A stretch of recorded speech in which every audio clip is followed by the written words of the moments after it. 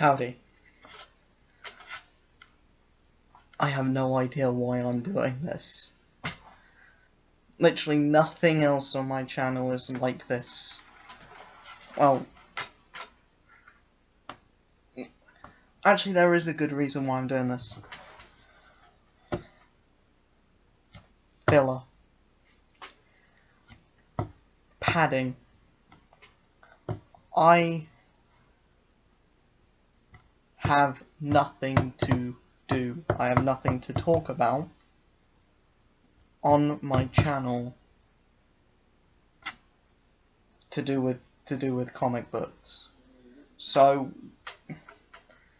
this is commencing from today up to next Thursday. Well, hopefully I actually get some books in my section. I am going to have a week of filler padding, basically just waiting to get some books. So today I'm going to show off my Wii collection, my Wii games. They're about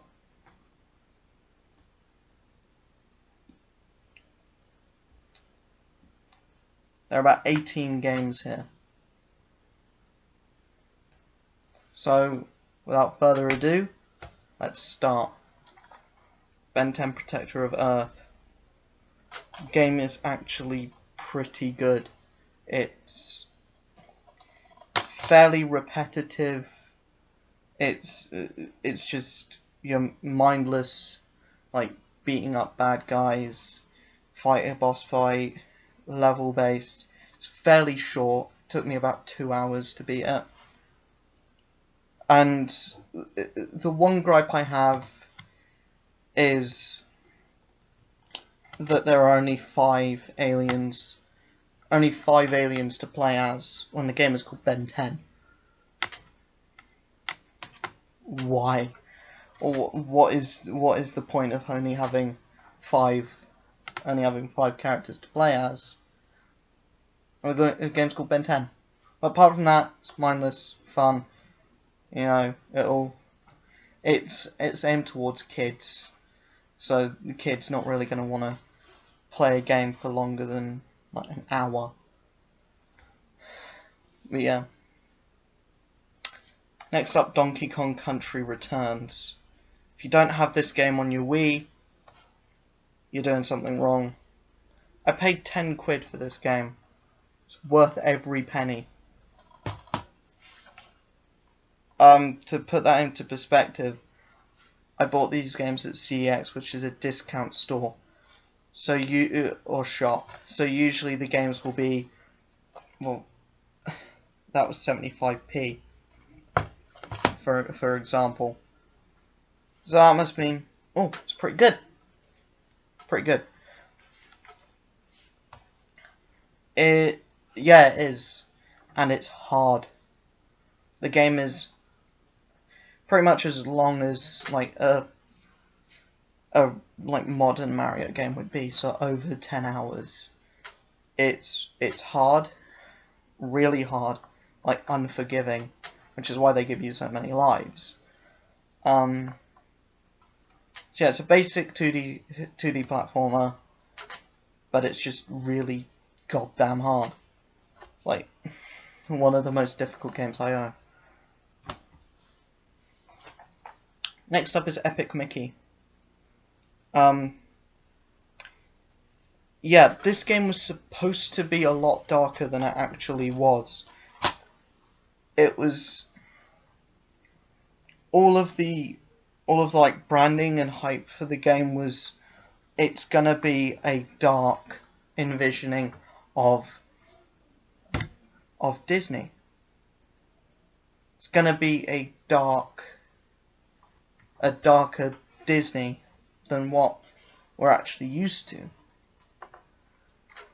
That was not the case. The game is still very cutesy, very artsy, very fun. There are some moments of darkness in it, but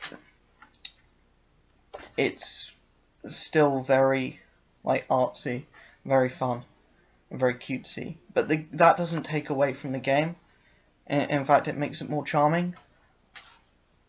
But yeah, it's a fun game with a few hiccups, and maybe not as epic as we were led to believe.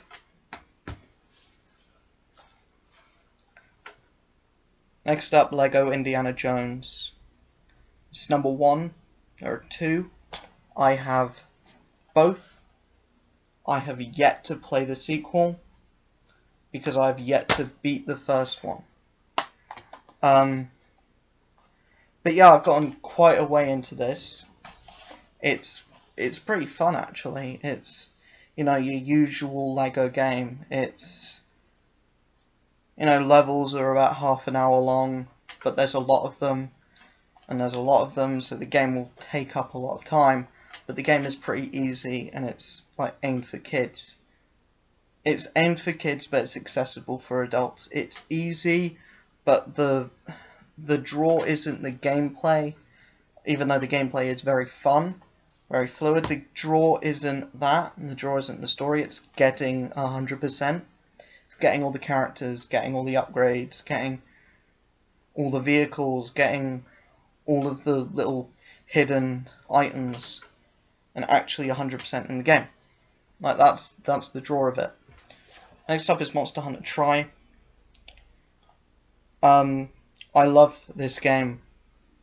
Even though I haven't gotten that far into it yet, only up to like the second monster, because oh my god, Monster Hunter World. I've just been sucking my life into Monster Hunter World. Recently beat it. Game blew my mind. It's a beautiful game. But this is like Monster Hunter World Light, but it's harder because it's aimed for Monster Hunter fans. It's aimed for fans of the series, people that have been playing it since the first one on PS2. But yeah, when a game has over 50 monsters, the whole game is pretty much a boss rush, and you fight these monsters like several times. Some of them, like, some may argue the areas, the locales aren't that interesting, and they're pretty much just like every other game. I would argue that's a positive, because the game isn't about the areas or the locales. The game is about your weapons, the way you fight the monsters, everything around you. It's how you use your environment to beat these different monsters and to hunt these different monsters. There's one drawback. I would say it's the underwater stuff. Underwater levels are very slow, very methodic. Some would say they're the high point of the game, but there's a reason why they only use them in Tri, because they weren't really that interesting or that good, because they kind of inhibited yourself. It's a lot like Atlantica in Kingdom Hearts, where it just inhibits you a bit more. Also, that's the thing I've got to say about Epic Mickey. Why is it that in every Disney game that's not based off of a movie, well, one would say that Kingdom Hearts is based off of every Disney movie, or most Disney movies, like, why is there every Disney game with a original story that isn't like 100% licensed, why do they always use household objects as weapons? Like in Epic Mickey, they use paintbrush. In Kingdom Hearts, it's a key. Well, it's a keyblade, but it's a key. It's a giant key. Using a giant key to fight fucking demons. It's a giant key. You're not going to beat anything with a giant key. Well, apparently you can. Next is New Super Mario Bros. If you don't own this for the Wii, well, you probably don't own a Wii. This comes with pretty much every Wii. I haven't played that much of it, honestly. I played like the first world, and then I gave up and started putting my time into more interesting games, more like games that I was more interested in. like Mario Kart Wii.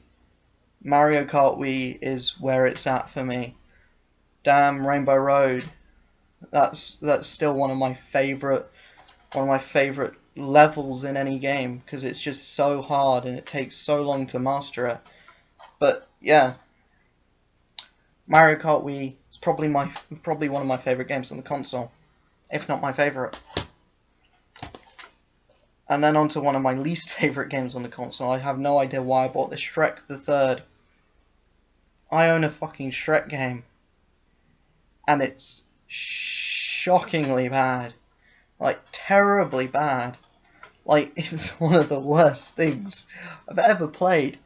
Like, the way that he carries a box, the way that he carries, like, stuff is horrendously bad. Like, the animations are bad in and of themselves. The one good thing, if it is a good thing, is you can play as different characters. You can play as Shrek, you can play as Donkey, you can play as Puss in Boots, you can play as Fiona, you can play as Arthur, and you can play as Sleeping Beauty for some reason. There's a mini game called Castle Capture, where you basically just throw rocks at pieces of wood, and they fall down, and you win. But yeah, Shrek the Third, terrible game. Should have been only 75p. I paid £3 for it. I paid the same for this piece of trash as I did for a tub of Mars ice cream. Jesus. Sonic Unleashed. A lot of people don't like this game and think it's still part of the low point of Sonic. Like, and most of it is to do with the werehog. I like the werehog. I like his levels. Probably because this is the Wii version. The Wii version is drastically different to the main console version, the HD version. Probably because of the length of the werehog stages. Like, where that one gets like better graphics and hub worlds, this gets shorter levels. It's easier, and you don't need to backtrack, and it gets a better final boss. Where that breaks controllers, this one's final boss blows minds. But yeah, I actually really enjoyed this game. Really enjoyed Sonic Unleashed. Next is a game that I haven't even played, Spectrobe's Origins. I've heard that the game is good. Like, when I actually picked it up, the guy was like, "It's good. It's really good." But I've seen some reviews online, and they say the gameplay is good, but the story is a bit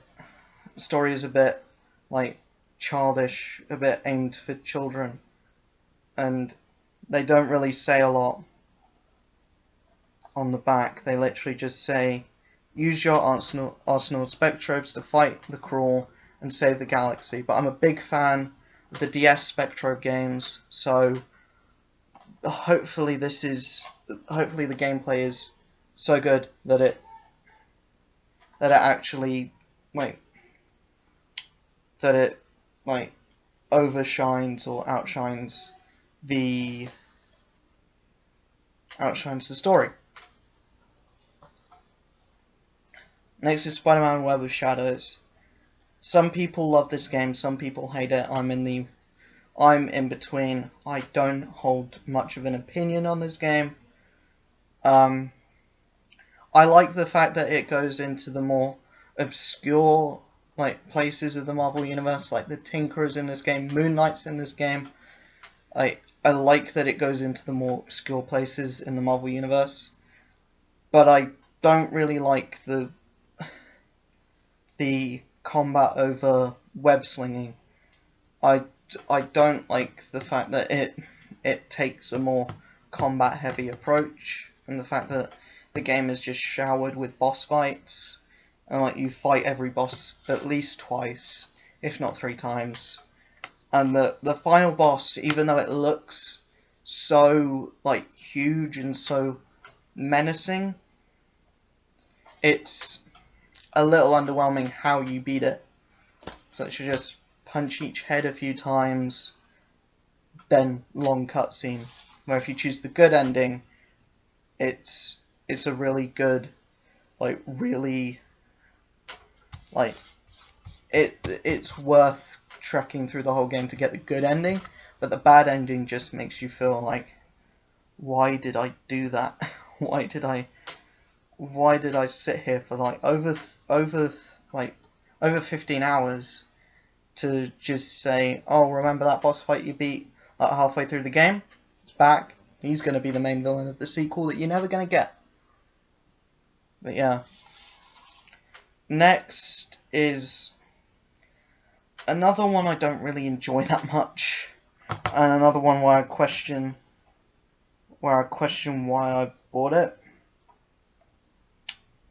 SpongeBob Nicktoons Globs of Doom. The only reason why I bought this is because when I was really young, I saw a video of this boss fight with a character that was in one episode of the SpongeBob cartoon. It was this like fat fish that was like, I want more pickles, or something like that. And that's the first boss in this game. I only bought this game because like I saw that boss fight and I was like, no, looks like it would be interesting. Looks like it's going for a more obscure thing. I played it and I beat the game in like a day. The game is extremely easy, boring, repetitive, just not fun in the slightest. And also, like, sometimes when you load up the game, it can lose your entire save file. Don't know if that's just a problem with my copy, but the reason why I beat it in one sitting is because the first time I tried to play it, I got like halfway through and then lost all of my progress, which was really annoying. Especially since it's like 6 hours, so I had to sit there for 6 hours and just playing a game.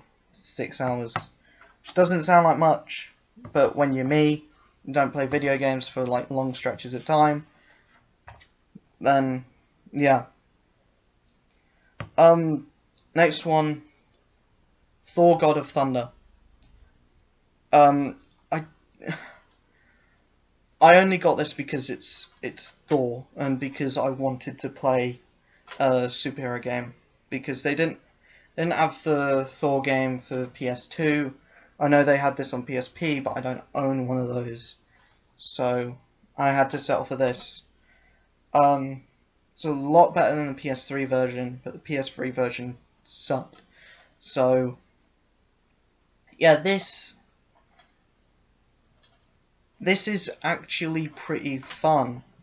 I'm surprised with how much is in it. The story is better than the story in the film. That's not saying much because I didn't really like the first Thor movie or the second. Loved Ragnarok though. Ragnarok is probably the best movie to come out of the MCU. But yeah, this game's not fun. It's better than the main console version, the HD version, but it's still not great. And not sure if you can see that very well, but Thor looks nothing like Chris Hemsworth on the. Now for a good licensed game, Toy Story 3. Only problem with this is it's short. There are only 5 levels in the game, but luckily they're like half an hour long. So even then it's like 2.5 hours. But the game is pretty fun for the like duration that it lasts for. It's pretty fun because it follows the plot in the movie, but it does it in a very unique way where it plays on like the imagination of like a little kid, of Andy. Like the first level is Andy playing with his toys, but you play the scenario that he's playing with. Like, you're actually in the Wild West, you're playing in the scenario that's happening in his mind. And then they have another level where Rex is playing Buzz Lightyear video game, and you play the game that Rex is playing. And there's another level where you're in like Bonnie's house, or whatever her name was, and you're in a house, and you're like going through this house, but there's like lava on the ground, so you can't touch the ground, and yeah, that's basically it. The last 2 levels are a bit.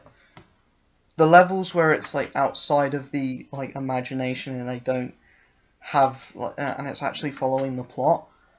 Those levels are good, but I feel like definitely feel like the cowboy level, the Bonnie's room level, and the actual like Buzz Lightyear video game level were a lot better. Next one is Prince of Persia: Forgotten Sands. Only like 2 hours into this game. It's pretty okay so far. I would argue that it's better than some of the Prince of Persia games on the PS2. It's definitely better than the one on the PS3 where they tried to make every encounter a boss fight. They tried to treat like normal enemies as boss fights. Could you imagine that just in a Captain America game, like having one AIM soldier be a boss fight, or a Deadpool game where like Bob, the Hydra agent, is a boss fight. That would actually be pretty cool now that I think about it. But yeah, this game's really fun. Like I said, I'm only about 2 hours into it, but the game's really fun at the moment. Legend of Zelda: Twilight Princess, which in my opinion is the best entry to The Legend of Zelda that I've played. Personally, I think it's better than Breath of the Wild, even. I loved Breath of the Wild. I just thought that this had a more interesting world, a more interesting environment. I preferred the stuff with Wolf Link. I liked everything in this movie, in this game. I liked everything in the game. The Wolf Link, Midna, the plot twist at the end, the length of the story, the fact that it's a longer game, the fact that it takes so long to get into the game, that it establishes the characters so much. Yeah, it's just really fun. It's just a really fun, dark at times, but it's... The only reason I'd say this is better than Breath of the Wild is because of the story. The story in Breath of the Wild is a bit bare bones, and the whole point of that game is just to sell you on, oh, you can fight the final boss right when you start the game, or you can play through a story that was kind of an afterthought. but this is all story, and the gameplay. But the gameplay and the story work in tandem.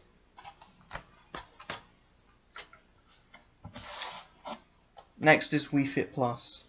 What else do I have to say? It's Wii Fit Plus. Everyone has Wii Fit Plus. I don't even play Wii Fit Plus. I still have it. But yeah. So that's my Wii collection. A lot of weird games. No pun intended. But yeah. So each of these games is good in its own right. Whether it be Shrek, where it's good to laugh at, or Toy Story 3, where it's just a fun 2.5 hours that you can sink your teeth into. Sonic Unleashed, where it's a really fun, like, different game. Or Epic Mickey, where it's a fresh take on a character that you know already. So that's been the first kind of, would I call that Mars ice cream video of filler thing? Yeah, I would. Yeah, I would. That's been my first, like, filler video, like, just showing off some stuff that's not really to do with comic books. Like, some other stuff that I enjoy. Like, getting you to know me a bit better. But yeah, hope you enjoyed that one. Make sure you like, subscribe, share, and all that other good stuff. I will see you with another video soon. But until then, till all are one. Peace.